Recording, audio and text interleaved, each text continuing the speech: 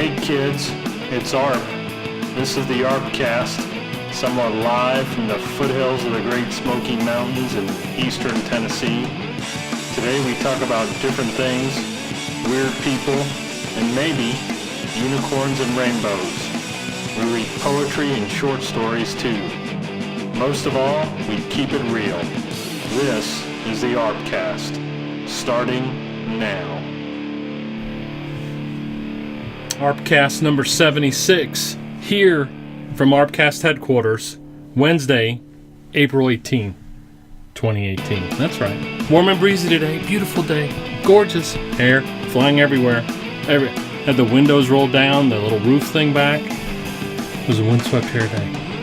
But I've got it coiffed for you properly because you are those that I love the most. That's right. So we are edging ever closer to our 100th episode. We are a mere, I guess it'd be 23 after this one, episodes away. Just 10 minutes of your day. 3 days a week, Monday, Wednesday, Friday. Don't you just like to say that? Monday, Wednesday, Friday. It just rolls. The ArpCast on Monday, Wednesday, Friday. Would love for you to listen more and let your friends, family, and of course those perfect strangers know what's going on. Today, we're going to talk about rotation versus revolution. And I know you're already thinking, what the hell, Arp? What are you doing? Well, ideas have to come from somewhere. And indeed, the wellspring, the font of ideas in me is limited. Very limited. And so you get what I'm dishing out. So, rotating doors? No. Revolving chairs? No. So let's break it down a little bit. Rotating, you rotate on an axis, right? So if you can imagine the Earth, it's got that imaginary axis through the middle of it. It rotates, and then it revolves around a sun. Our sun, right? Semantics. I know words, but very critical. Very critical. So, here we are. Rotation around an axis. Revolution, revolve around another body. So, of course, that's not all it is for me. The mind keeps wandering. It keeps going. It's jazzed. It's excited. Philosophy enters in. So I'm going to break down the two words, talk about humans and rotation and how that works, at least from my perspective. And this is clearly just my perspective. So ego, right? We're just constantly rotating around our own axis. We're infatuated with ourselves, our ideas and our emotions and our thoughts and our everything, our bodies. Oh my God. Now, I didn't spend a lot of time on this because really, frankly, there's not much you can do to salvage this body. There's just not. There's not. But that is the essence of that egocentric rotation around this body, this axis, constantly spinning. But there's something else to it. There's personal growth, right? When you really focus on the self and getting better and how that spin creates energy. So you've got the ego very, very, very focused on the things that you want, the things you need, desire, likes, dislikes, that sort of thing. Personal salvation comes after all that, right? So we're rotating on this axis, consumed with ourselves. We finally, at some point in our lives, we go, wow, maybe I'll do something about it. Leads us to personal salvation. So what is revolution? And the revolution here is the word, I guess, a play on the words, right? But this rotation, I'm sorry, see, I did it. This revolution around another body or set of bodies is, we're so attached to and focused on the clan, right? Our family, our community, whatever it is, our religion, our flag. That's our revolution.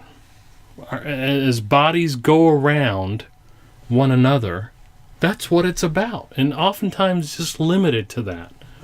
Nothing wrong with it. We go through stages in life. We go through stages in terms of growth. And that's where we start. Well, we started, as we said in the last part, with ourselves. We move up and beyond that to the family, the community, the clan, the religion, the nation. And this revolution that I really think we need to look at.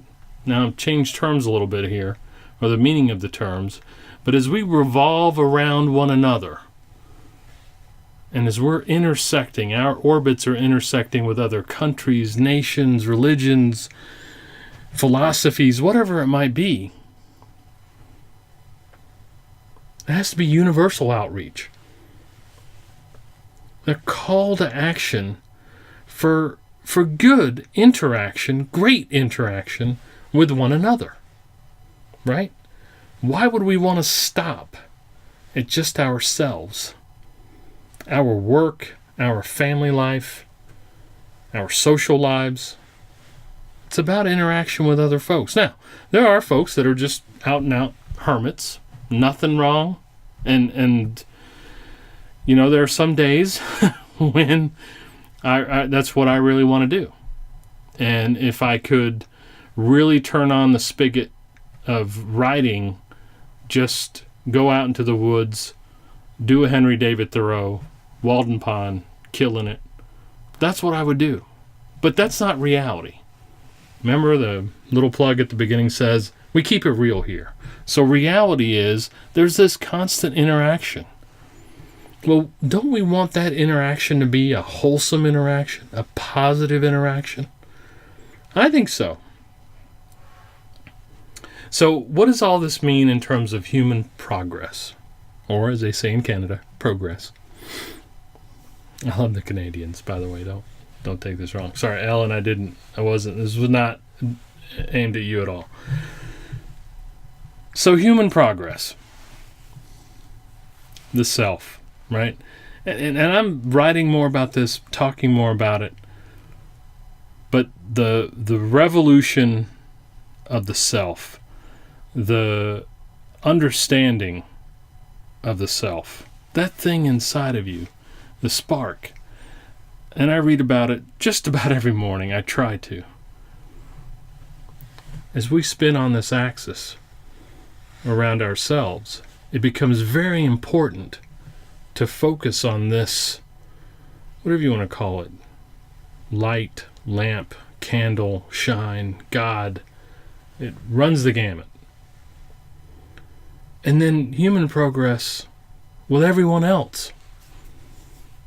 Right? And I'm not going to get sentimental and, poetic, and there's a light inside of us and we can hold out that light, hold out that olive branch. But it's there. And what does it mean for us? Greater harmony? And I'm actually being very, very capitalist here. Peace, harmony, acceptance. This is not being about left or right, liberal or conservative. These are all positive things.